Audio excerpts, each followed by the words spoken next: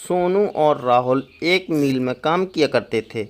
वो जितना कमाते थे वो उनकी रोज़मर्रा की ज़िंदगी के लिए काफ़ी था। उनका सादा सा जीवन था, दिन रात मजदूरी करके महीने के आखिरी में उन्हें थोड़ा बहुत ही पैसा मिल जाया करता था। राहुल, कल तो 1 तारीख है। उस तारीख को कैसे भूल सकते हैं? उसी के लिए तो पूरा महीना बिता देते हैं। एक एक दिन करके 1 तारीख का इंतजार करते हैं। हाँ यार, कल तारीख सैलरी की है। कल पूरे महीने के मेहनत की कमाई मिलेगी। कमाई की बात तो यह है कि सैलरी बाद में आती है, उसका हिसाब पहले ही हो जाता है। माँ का इलाज कराना है, इस बार की पूरी सैलरी तो हॉस्पिटल में ही जानी है। बात तो तुम सही कह रहे हो। बंगाली के खर्च इतने होते हैं कि उसकी सैलरी आने के साथ ही पट जाती है। घर के खर्चे 1 तारीख का ही इंतजार करते हैं। महंगाई है, बढ़ती जा रही है, और सैलरी है, घटती जा रही है। सभी लोग कल मिलने वाली सैलरी के बारे में बात कर रहे थे। सभी को सैलरी का इंतज़ार था, क्योंकि पूरी रात दिन मेहनत करके जो मिलता है उसी से उन्हें पूरे महीने का घर चलाना होता है। चलो, मालिक ने सैलरी दे दी है, आज कुछ मीठा लेकर जाते हैं घर पे। बच्चे भी खुश हो जाएंगे। सोनू और राहुल मिठाई की दुकान पर पहुंच जाते हैं। जहां पर वह अपनी जेब पर हाथ डालते हैं तो हक्के बक्के रह जाते हैं। अरे, ये क्या सर? वहां तो हमें पूरी मिली थी, यहाँ आधी सैलरी कहाँ चली गई? यार सच में, मेरी भी आधी सैलरी गायब है। ये कैसे हो गया? घर के खर्चे कैसे चलेंगे? मैं तो खुशी के मारे मिठाई लेने आया था, पर यहाँ तो लगता है कि मिठाई कड़वी हो गई है। राहुल और सोनू को ये समझ नहीं आ रहा था कि आखिर उनके साथ क्या हुआ। वो अगले दिन जब मजदूरी के लिए पहुंचते हैं तो सभी मजदूरों के साथ ऐसा हो चुका था। उन सभी की आधी आधी सैलरी गायब हो चुकी थी और किसी को कुछ भी समझ नहीं आ रहा था कि उनके साथ ऐसा क्यों हुआ। इसी तरह समय व्यतीत होता है और अगले महीने की पहली तारीख फिर से आती है और सभी को अपनी अपनी सैलरी मिल जाती है। तभी वहाँ एक पंकज नाम का एक लड़का आता है। तुम दिन रात मेहनत करते हो और तुम्हें भविष्य के लिए बचाने के लिए कुछ भी नहीं मिलता। वही सैलरी मिलती है जिससे घर का गुजारा हो पाता है। और अगर मैं तुम्हें कुछ ऐसा बताऊं जो तुम भविष्य में अपने बच्चों के लिए उपयोग में ला सको तो? बात तो तुम सही कह रहे हो, पर ऐसा क्या है तुम्हारे पास जो तुम हमें बताना चाहते हो? हम कैसे अपना भविष्य सुरक्षित कर सकते हैं? मेरे पास एक प्लान है। तुम मुझे कुछ पैसे मेरे पास जमा करा दो। मैं तुम्हें उसका ब्याज कुछ महीनों बाद बढ़ा कर दे दूंगा, जिससे तुम्हारे पास जो पैसा है वो तुम्हें बढ़कर मिलेगा।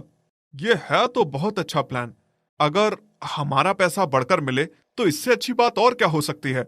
हम अपनी सैलरी में से थोड़ा थोड़ा पैसा तुम्हें दे देंगे। पंकज सभी को अपनी बातों में फंसा लेता है और सभी से पैसे ऐंठ लेता है। जब उसके पास पैसा बहुत सारा हो जाता है तो अगले महीने की तारीख को भी ऐसा करता है, और जब पैसे देने का नाम आता है तो वो उन सबको धोखा देकर भाग जाता है। हमारा कितने महीनों से पैसा निकला जा रहा है, पूरी सैलरी भी नहीं मिलती और हमारी तनख्वाह चोरी हो जा रही है, और हमें पता भी नहीं है कि चोरी कहाँ हो रही है। हम तो खड़े खड़े बेवकूफ बनते जा रहे हैं। हाँ यार, हमारा ही नहीं, पूरे मजदूरों का यही हाल है। एक एक पाई करके सबने जमा करी है, और वो पंकज पता नहीं कहां भाग गया पैसे लेकर। हमारे पैसे चोरी करके भाग गया यहां से। मैंने तो ना जाने क्या क्या सपने देखे थे कि पैसा जुड़ जाएगा तो सर्दियों के लिए स्वेटर ले लूंगा अपने बेटे के लिए। हमारा ही नहीं, सब मजदूरों का यही हाल है। सब ने ना जाने कैसे कैसे सपने संजोकर पैसे जोड़े थे, पर इन सब अरमानों पर पानी फिर गया। राहुल और सोनू इन सारी बातों को लेकर परेशान थे। एक बार कंपनी ने सभी मजदूरों को एक साथ कंपनी से एक गाड़ी में भरकर बाहर निकाला। सभी बहुत खुश थे, उनका आज का किराया बच गया था, इसलिए सभी उस गाड़ी में बैठ गए थे और रास्ते में कुछ लोगों ने गाड़ी को किडनैप कर लिया था। तुम्हारी गाड़ी को किडनैप कर लिया गया है। जिसके पास जितनी सैलरी हो वो मेरे हवाले कर दे। हमारी मेहनत की कमाई हम भला तुम्हें ऐसे कैसे दे दें? दिन रात एक करके हम 1 तारीख का इंतजार करते हैं और अपनी कमाई लेते हैं, और इसको हम तुम्हें फालतू में दे दें? इतना बेवकूफ हम नहीं हैं। अगर तुम बेवकूफ नहीं हो तो समझदार भी नहीं हो, क्योंकि अगर तुमने ऐसा नहीं किया तो कुछ पैसे की वजह से तुम अपनी कीमती जान को खो बैठोगे। अब वो बताओ कि अगर तुम हमारी सैलरी ले लोगे तो हम कौन सा जिंदा बचेंगे। वैसे भी बहुत समय से हमारी सैलरी चोरी हो रही है। अगर तुम इस सैलरी को ले लोगे तो हमारा घर कैसे चलेगा। बहुत मुश्किल हो रही है घर चलाने में। मुझे तुम्हारे घर से और तुमसे कोई मतलब नहीं है, बस मुझे तुम्हारी सैलरी चाहिए और वो मैं लेकर रहूंगा। इसीलिए तुम्हें इस बस में भरा था कि तुम सबकी सैलरी एक साथ ले सकूं। आखिर तुम होते कौन हो मेरी सैलरी लेने वाले। ये सैलरी पर सिर्फ मेरा हक है। जिस तरह से मैं पिछले महीने से तुम्हारी सैलरी चोरी करता आया हूं, उसी तरह से मैं अब भी तुम्हारी सैलरी ले सकता हूं और तुम्हें पता भी नहीं चलेगा। इसीलिए सीधे सीधे मुझे सैलरी दो। जब किडनैपर आदमी से बात कर रहा था तभी राहुल और सोनू इशारों में बात करते हैं। सोनू किडनैपर को बातों में उलझाता है और राहुल उससे बचते हुए चुपचाप उसके जूतों के फीते बांध देता है।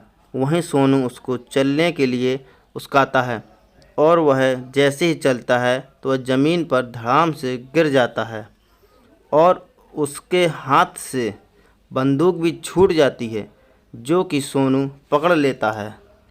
खबरदार, जो होशियारी करने की कोशिश की तो अभी तक जो नकली बंदूक से तुम हमें डरा रहे थे वो अब असली में चल जाएगी। राहुल उसके हाथों को पकड़ लेता है और उसके चेहरे से नकाब हटाता है तो वह पंकज होता है। सब उसको देखकर चौंक जाते हैं क्योंकि वो उन्हीं के साथ रहकर सैलरी की चोरी कर रहा था। किसी को पता भी नहीं चल रहा था। पंकज, तुमने हमारे साथ धोखा किया है। तुम हमारे साथ ही मजदूरी करते रहे और हमारी इस सैलरी की चोरी करते रहे। आखिर तुमने ऐसा क्यों किया? सच सच बताओ, नहीं तो हम सारे मजदूरों का गुस्सा इस कदर बरसेगा कि तुम सांस लेने के भी काबिल नहीं रहोगे। दरअसल बात यह है कि मजदूरी करते करते मैं थक चुका था और मुझे जितना मिलना चाहिए था वो नहीं मिल रहा था, तो मैंने सोचा क्यों ना मजदूरों की सैलरी ही चुरा ली जाए। जैसे ही मुझे मौका मिलता रहा मैंने तुम्हारी सैलरी चुरानी शुरू कर दी। सोनू और राहुल पंकज को पुलिस के हवाले कर देते हैं और उसके घर में जितना भी पैसा होता है उसे पुलिस बरामद करके सभी मजदूरों में उनका पैसा वापस कर देती है, जिससे सभी मजदूर पैसा पाकर बहुत खुश हो जाते हैं।